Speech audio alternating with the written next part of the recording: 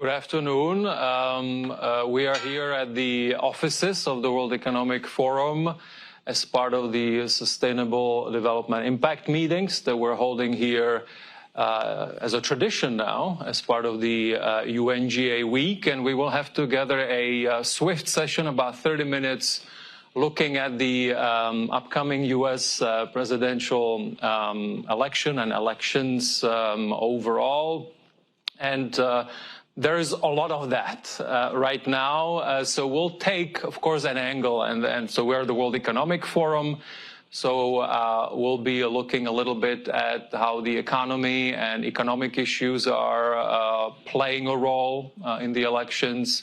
And then we are a global organization. And so we'll take an outside-in perspective, if you will, at what is happening in what is still the biggest economy in the world, and so it really matters to the world what takes place here. And of course, the U.S. election is a pivotal moment. Having said that, this was a super, or is a super election year. So we know that we had major elections in India, in South Africa, in the EU, for the European Parliament, and I could go on and on. So it was really a very, very big, and it is a very big electoral year. And so many people are commenting on what it will do to democracy. I think so far so good, rule of law and all that. But of course, joking aside, it is a very important moment for democracies around the world. I'm Mirek Dušek. I'm a managing director at the World Economic Forum. My main job is to work on our agenda for our big meetings, including this one, as well as the annual meeting in Davos. And I have the pleasure to be joined by a great panel of leaders that can provide that range that I just mentioned: economy, but also some outside in. So let me introduce them in no particular order. Samir Saran, President, Observer Research Foundation, India. A warm welcome to you, Samir. Thank you.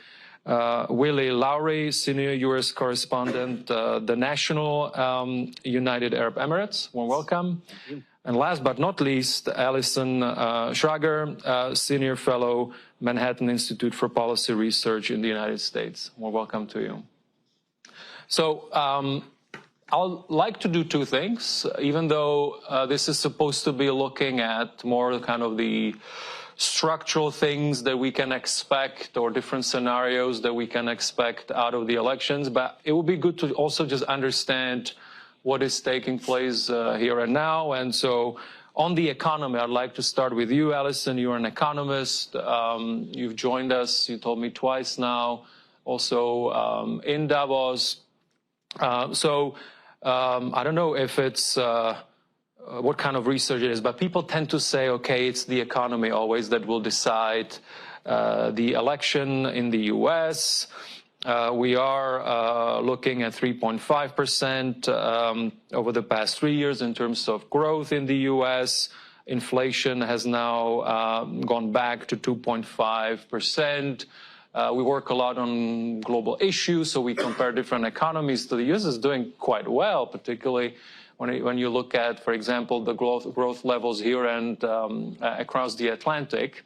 A lot of envious people across the Atlantic on that front.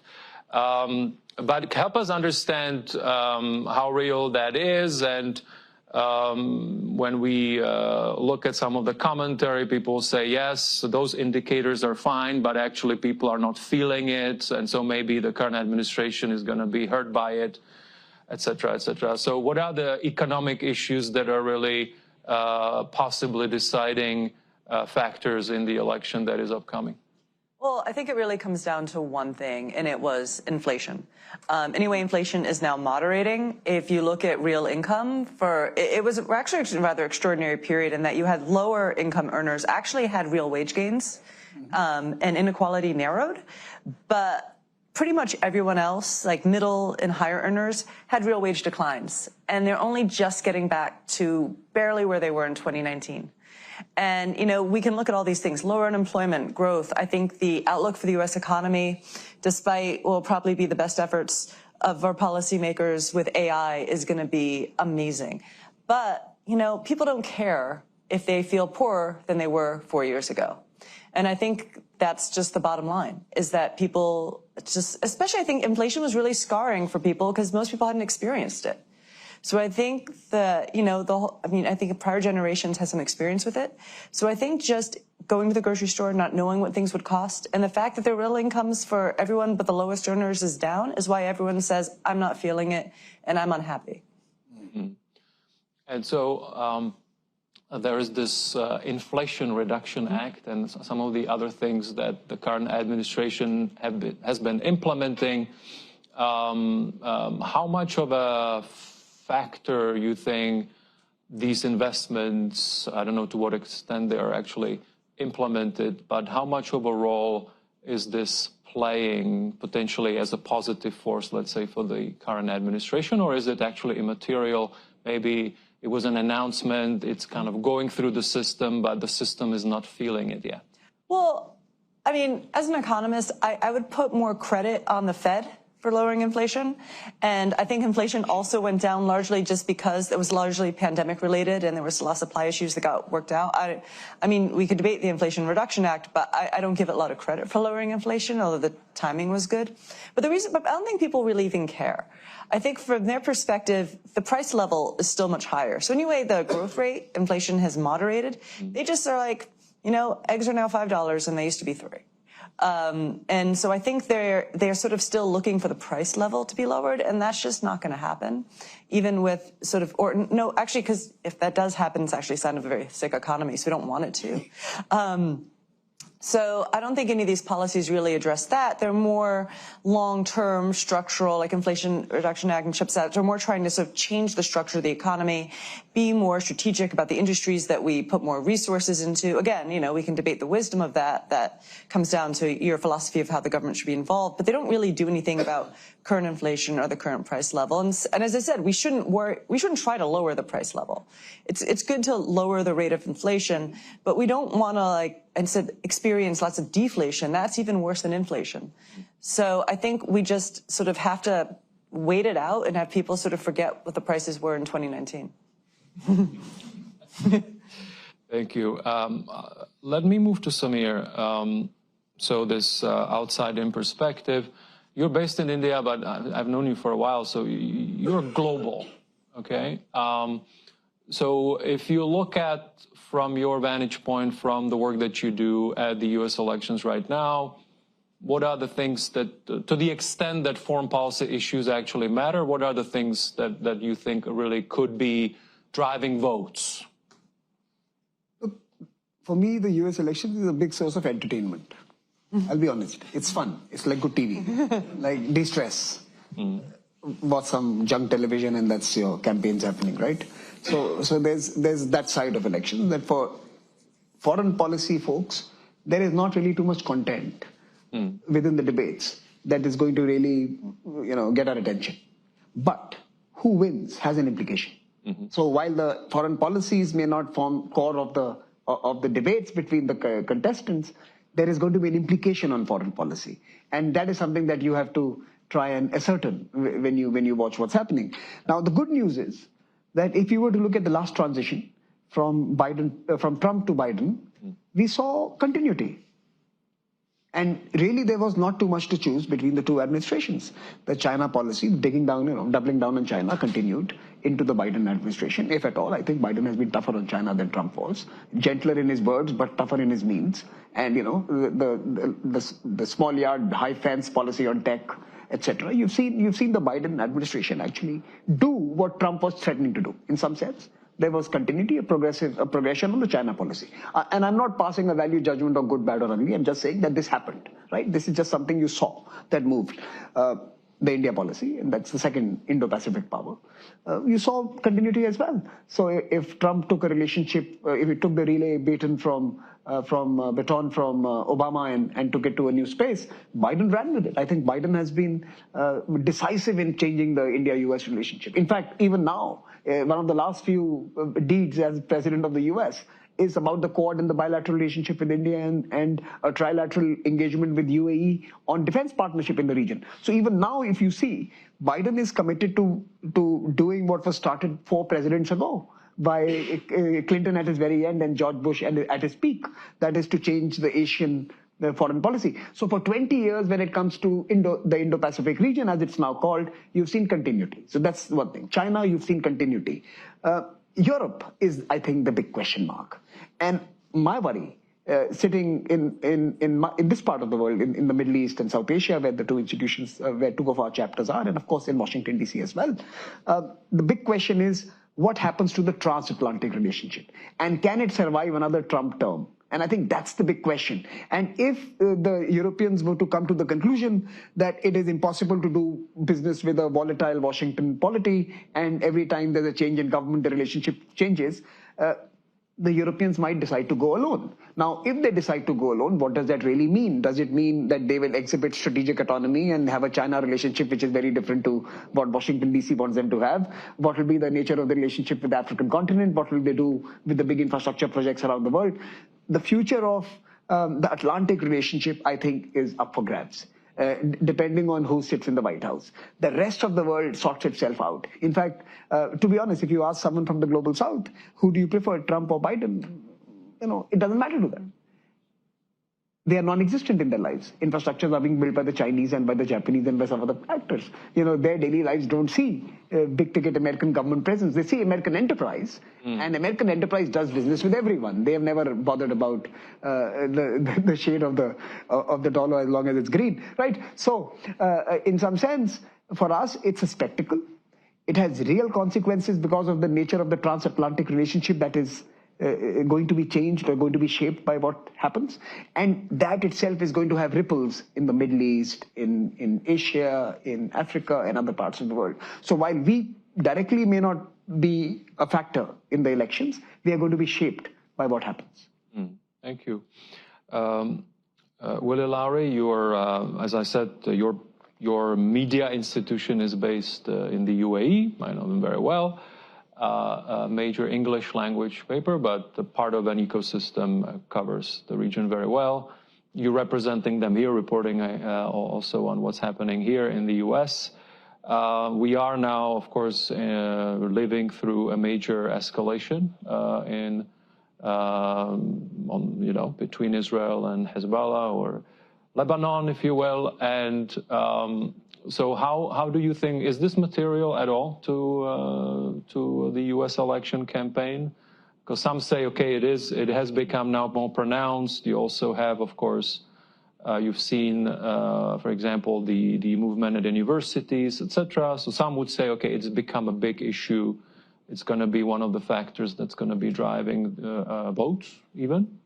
And some people would say, no, it's been there before, and actually it's going to be the economy, other things, but not really the Middle East.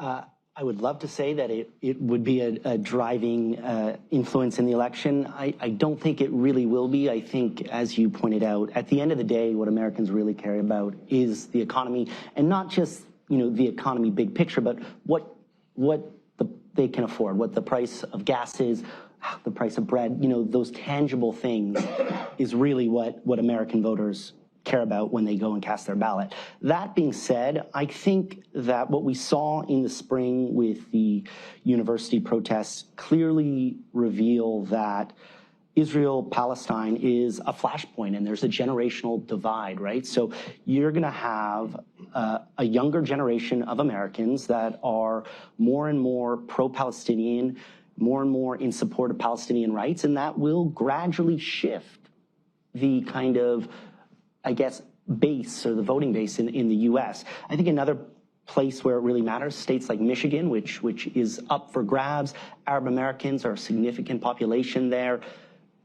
They are furious at the Biden administration, but they realize that Trump's not actually a good alternative on the issue. So I think whether they go uncommitted, whether they do vote for Harris is a big question, and that is where it could kind of be a deciding factor. Isn't it more important for the Democratic Party, though? Well, in terms of where they will go on this issue? Yeah, for sure. I mean, I think the Republican Party, so for Americans are incredibly conservative in general towards Israel. It's basically a nonpartisan issue. Historically, support for Israel has been, quote unquote, ironclad. But you have progressive Democrats and, again, this younger American population where they're seeing what's happening in Gaza right now and they're appalled. And now you move north to Lebanon and it's happening again. So the Biden administration, the Democrats, yes, they're in the inflex point because their voting base is the one that's fracturing over this. So yeah, I think that is probably a point to Trump. Thank you. So moving now to kind of what you already touched upon, Samir. So, okay, so there is this thing that's happening right now, but it's actually then the result will matter because there will be certain directions that will be taken. And so this issue of continuity versus then divergence would be quite interesting. So maybe I can start with you, Samir, on tech. So there, we speak about the Middle East. So now we have, for example, a big visit here by the president of the UAE. And he, I think, was quite clear that his main priority, of course, he was also addressing the humanitarian issue in Gaza, etc., but focusing a lot on the economic relationship in particular, and particularly collaboration on high tech and AI. We also saw that, if I stay with the UAE, that they have made a choice, quote unquote. So they are saying explicitly they have chosen the United States and the strategic compact with the United States to then get access to the latest hardware and software around AI to help them then develop that industry. So how do you see, if we then look at those two possible then Republican or Democratic administrations, do you see any divergence in terms of how they would conduct this diplomacy around technology, and particularly AI, or you think it's going to be roughly the same? I think that's a fascinating sector because it has two distinct layers, and I'll speak very quickly to both of them. The first layer is around the technology itself, and I think here there is more continuity. The tech decoupling that started with Trump actually acquired a systems approach with Biden, and he actually made it happen. So it's something that began in the previous administration. It was codified and operationalized in this particular administration, and you're going to see a run for building coalitions around tech, deep tech especially, biosciences and quantum and some of the space age technologies that are crucial for the decades ahead. And by the way, an Australian institute's report says that China literally leads in 85% of deep technologies. So in some sense, the democracies of the world or the liberal order has to get its act together. And Americans, both under Trump and under Biden, have made it a mission to put together these coalitions, bring UAE, the fence-sitters into the camp. And by the way, I just hosted a deep tech conference in Dubai with the UAE Minister for High Tech, which did not have the two countries that we don't want in that particular tent, right? It was not by design, it was just natural partnerships generally don't necessarily reach those geographies if you want to trust in tech in some sense. So it was not by exclusion, but I think it's a natural business conduct that certain countries sort themselves in a certain way. And Dubai is becoming an integral part of, if I may use the word, Western technology development systems. And there you see the VCs, and you see some of the decentralized finance companies, and you see some of the quantum and AI companies emerge out of that particular geography, and it's now becoming part of that continuum from Bangalore to Silicon Valley. So in some sense, it's a natural fit, right? So I think technology is going to see continuity. The second layer is problematic.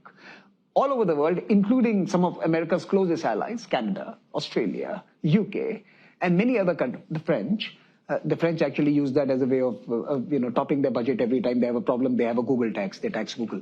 But if you see see countries which are really close to the Americans, you will see there's a regulatory challenge that is occurring, and there is pushback. there is a greater sense of digital sovereignty. In fact, you have a commissioner now for digital sovereignty in the new EU Commission. So you see sovereigns exert their muscles in controlling technology, its growth, its proliferation. And that is where the two administrations differ dramatically. So a Trump administration would ignore these concerns by the partners and would try to use the strong arm, the muscular tactic dismissing their concerns. The Biden administration has been more engaging with the regulators around the world. It's not always got their way, and sometimes that is why the big tech companies say that this administration is light on free speech. It's not light on free speech. Free speech itself has different connotations in Berlin vis-a-vis what it does in California. And California laws are not global laws. And any US administration has to work through that differentiated regulatory architecture. So Biden administration was more gentle in managing the regulatory differences. I think Trump would have a different rule. So I think the regulation of tech would be the challenge, not necessarily the tech companies aggregating into like-minded groups, which is already happening over the last 10 to 15 years. And maybe just a small follow-up on defense. So I live in Europe, so there's this huge now wake-up call around defense spending and all that. But overall, I think we are seeing the data is there, that we're seeing greater militarization, or at least defense spending is going up across the world.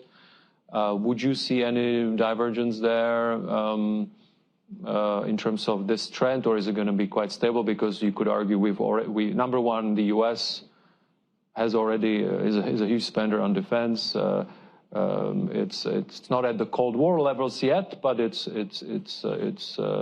quite generous if you compare it particularly to the Europeans. But there may be things that could still be different between the two administrations on the defense front. I suspect there won't be much of a difference. I suspect, again, the defense, the military-industrial complex has its game. And I don't think it necessarily allows the White House to change its course too much.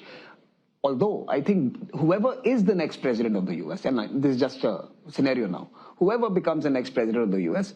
will have to relook at their capabilities. Look, if reports after reports tell us, and I'm not looking at the quality aspect here, but if reports tell us that the ordnance production in Russia outstrips US and EU together, then there is something broken in the system. That a $40 trillion coalition, economic coalition, should not be underproducing vis-a-vis a $2 trillion or $2.5 trillion economy. So there's something not working, right? So I think the big challenge is that, are you spending the money right? We all know American defense budget is equal to the next 20 put together. But is that money really delivering security? Is it delivering capabilities that perhaps two theaters require? So you have a European theater now which is active, and what happens if an Asian theater was to come into play? And in that scenario, that if you are finding it difficult to manage a $2 trillion opponent, how are you going to handle a $20 trillion faster, more agile, more nimble challenge? And I think that's the challenge whoever sits in the White House, reorganizing its military spend as well as the military design and architecture to respond to it. My gut feel is that it doesn't matter who is sitting there, and the defense industry will have to do this. Thank you.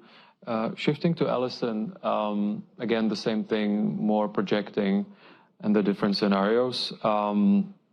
Energy policy, trade policy, also kind of this infrastructure projection. Samir mentioned that, I like the exaggeration, but so you said, okay, no infrastructure from the US, everything is Chinese. Obviously, it's more complicated than that. You are seeing, the US is now trying to do a lot of things around infrastructure. Infrastructure in America or abroad? Abroad, okay. Abroad. And then you're seeing also, of course, in Europe, we have something called, of course. we have the global gateway that is trying to compete here in this space. So if you could, I know it's quite a broad mandate, but I think energy policy is very important to understand your perspective, at least, trade policy, and if you could comment on also infrastructure abroad. So we were talking before, and I think one way you could sort of box all those things in is with Trump, you pretty much know his philosophy. I mean, what influence from advisors or what he can actually get through is a different issue, but he wants to disengage from the world, certainly on trade. If you look, he's more about deregulation and lower taxes. So in general, the government being a smaller force in the economy, he's definitely all about energy, cheaper energy, not as worried about the environment.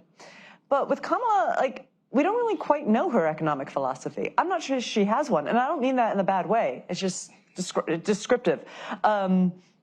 You know, I don't, like with Biden, we really knew his economic philosophy. We had a long history. We knew that he liked unions. We knew that he wanted the government having a firmer hand in guiding industrial policy, and we got a lot of that. I have no sense with Kamala, like, what her philosophy is. I mean, it seems to see she's sort of saying we're going to do more of the same, but like maybe a little less. She wants to lower, from what we know, she wants to lower corporate tax rate. I mean, Trump obviously wants enormous tariffs, like 10, 20%, depending on what day you ask him, and on China, 60%. But, you know, on the other hand, like, I mean, it sounds like Kamala will keep up more of the industrial policy, which are subsidies, which, you know, in economics, we assume subsidies and tariffs are roughly economically the same. Not the same scale. I mean, they're not equivalent to a 10% across-the-board tariff. So don't get me wrong. But there also is, I think, I call it like the Yale Law School of economics, because this all seems to be like driven by a lot of graduates of Yale Law School, which is a similar economic philosophy, which you see on both sides. And these people are acting as advisors on both sides, which is, you know, a general disengagement from the world, less trade. Let's bring back low-skilled manufacturing jobs here. So you do see that commonality on both sides. I mean, one thing that's going to be interesting is, for all of Trump's deregulation and being a lot more permissive with AI, even with the global world, he also seems like quite keen to break up big tech firms, which it's unclear with the Harris administration where she is. The Biden administration seemed to like that idea, but we don't know where she is. She's been talking to a lot of big tech people who are supporting her, and people are speculating she wouldn't reappoint Lena Khan, who likes to break up things. And that could actually have big implications for AI, because size and scale are really important with AI development. So if we do go on I'm going to break up big tech, I'm not quite sure what Trump's philosophy is around that. I know J.D. Vance is a fan of the idea because he's suspicious of bigness as part of the Yale Law School economics. But I think Trump's mad at them for various political reasons. So in that way, they're somewhat similar. I think the big difference is what you're saying about like international infrastructure, and that you see the Harris, from what we can understand, being much more engaged with international institutions. You know, I mean, it's so hard to know what either of them want because we're sort of reading tea leaves, but you know, Trump talks about like, you know, blowing up the WTO, and, you know, as opposed to, she seems to be much more engaged. And also when it comes to, I think I even saw something maybe on her website about doing our own Belt and Road Initiative. So I guess sort of to counter China that way.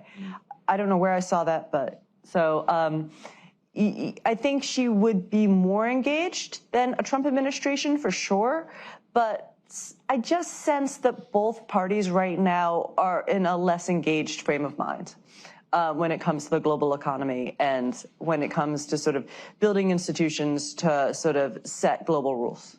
Mm. Thank you.